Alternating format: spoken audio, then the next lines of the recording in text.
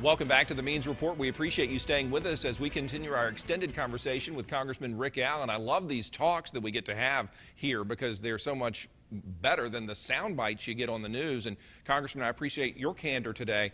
Let's talk about the... Thank you, Brad. It's good to be here. Well, I'm sorry. It's great to have you as always.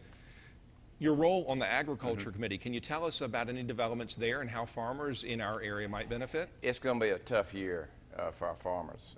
Obviously, the weather hasn't cooperated. What we've been doing is predominantly having hearings about the implementation of the new Farm Bill. Right.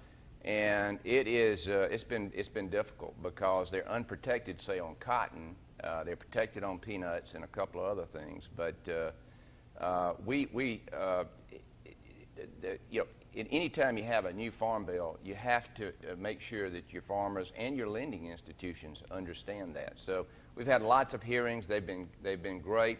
One of the issues we were having is with the H-2A immigrant labor program, and I introduced a bill called the Barn Act to move that labor program from the Department of Labor to the Department of Agriculture. In fact, Secretary Vilsack at the Department of Agriculture agreed with me. He said certainly that needs to be under the Department of Agriculture because the Department of Labor has no sensitivity as to when these vegetables need to be picked. Right.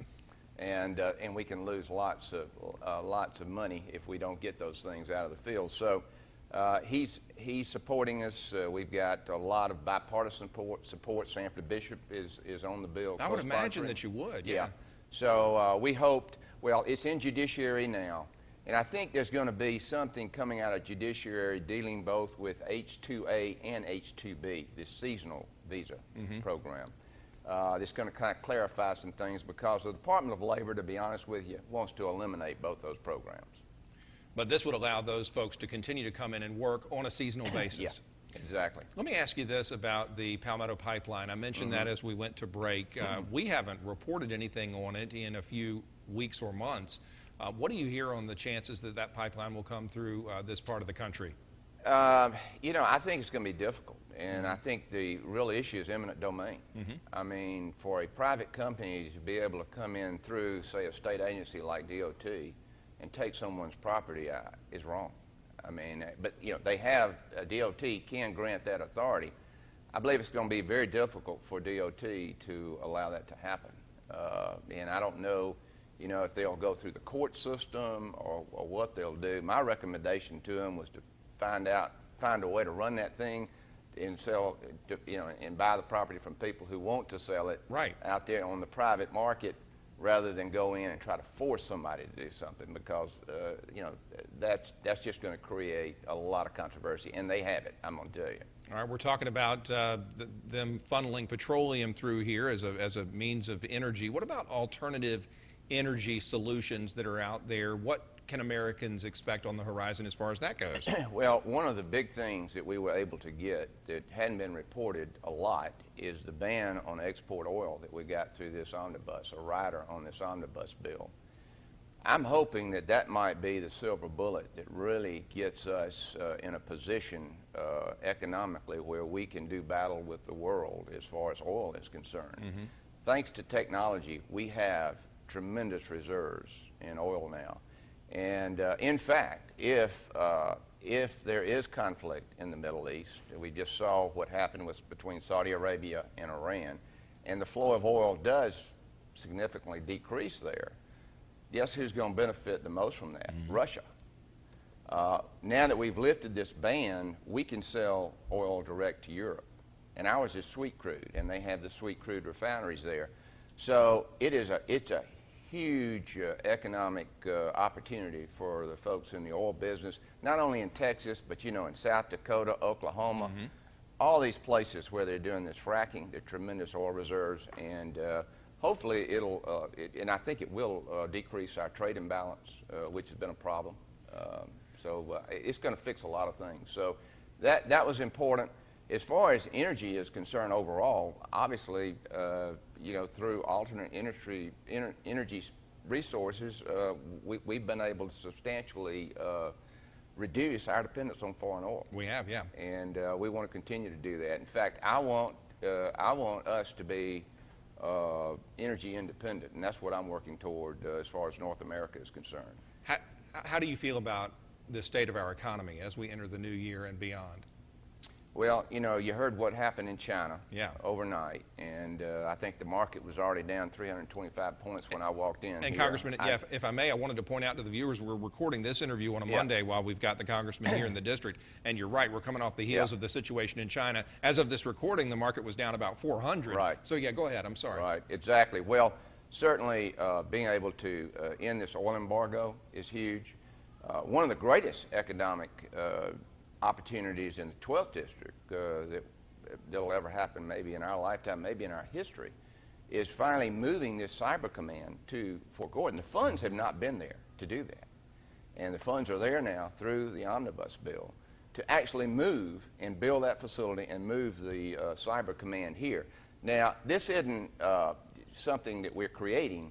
Cyber command could stay in Maryland. And in fact, the longer we delay the move of Cyber Command, the more likely it could stay in Maryland, because I can assure you there are some folks in Washington that would like to keep it in Maryland. You're not saying it's in jeopardy, though, are you? No. But we don't need to delay.